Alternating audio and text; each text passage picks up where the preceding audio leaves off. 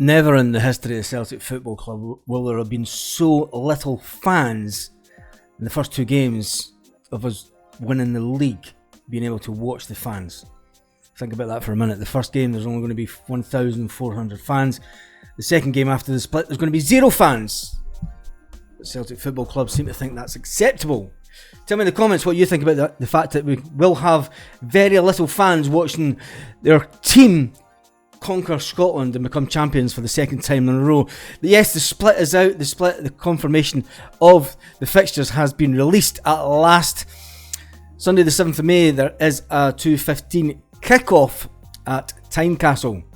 And Tynecastle Hearts have obviously given us the reduced allocation for a while now, so there'll only be 1,400 fans have the possibility and the opportunity to see us be crowned champions that day. If we draw, we need a minimum of a draw, remember. And stick around at the end of the video because I'm going to go on the Celtic Facebook page and give you some live reaction from some fans that are talking about it online. And then we go to Rangers, Sevco. We go to them on Saturday the 13th of May with a 12:30 kickoff, and there will be no fans.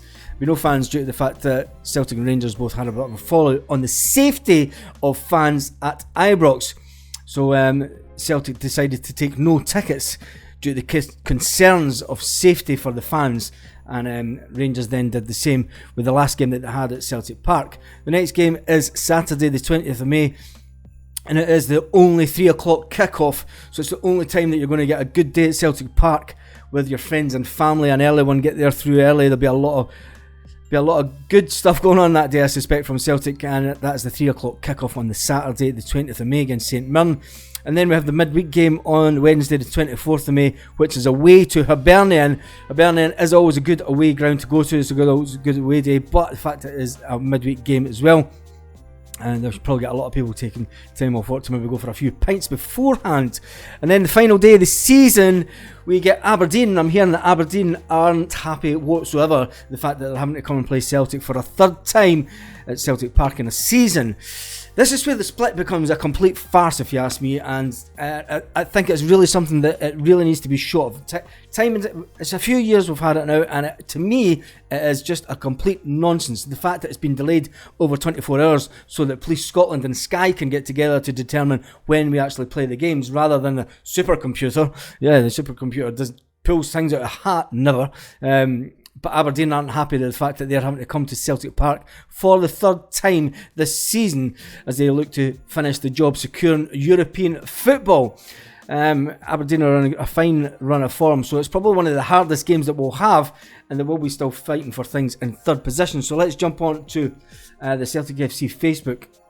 And then the first one I'm reading is Mark Doverty. He says, "I'm shocked that so many Celtic supporters seem to want a draw with Hearts. They would prefer us to win the league at Castle Grayskull with no fans there, when we should be wanting to win as soon as possible, hopefully achieve a new record, including an all-time high number of goals for the season." Owen Kelly says, "Bring it on." Mark Scully says, "Win every game and beat the Jam Tarts." Congratulations from them.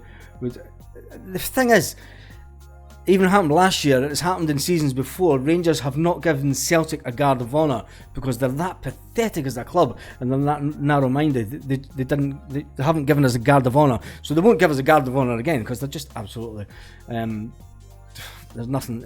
Leave it at that. I said a lot of people.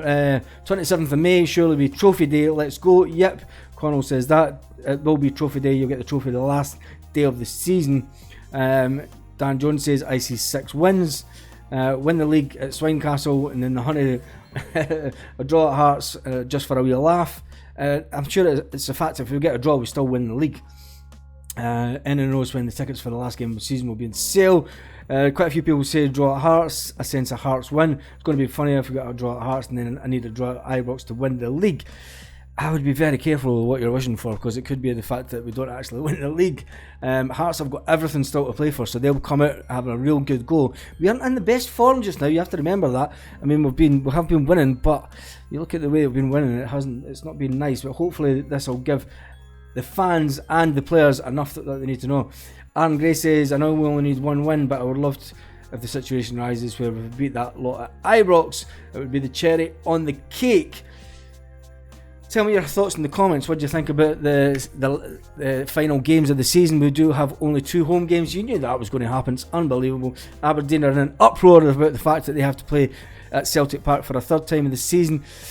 1,400 fans in the first 2 games, I think is a bit of a letdown, just to be honest. But anyway, we will be champions for the 2nd time in a row.